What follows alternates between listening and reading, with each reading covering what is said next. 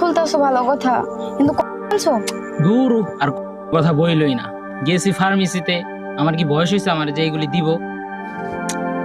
আচ্ছা তাহলে এখন কি করবা? যদি বাচ্চা কাচ্চা হয়ে যায় তখন কি হবে?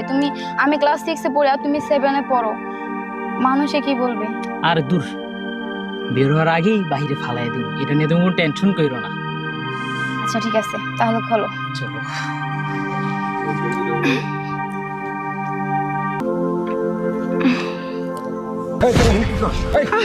দাদা জি কাকা। স্কুলের স্কুলে যা বাদ দিচ্ছে তুই তাই না?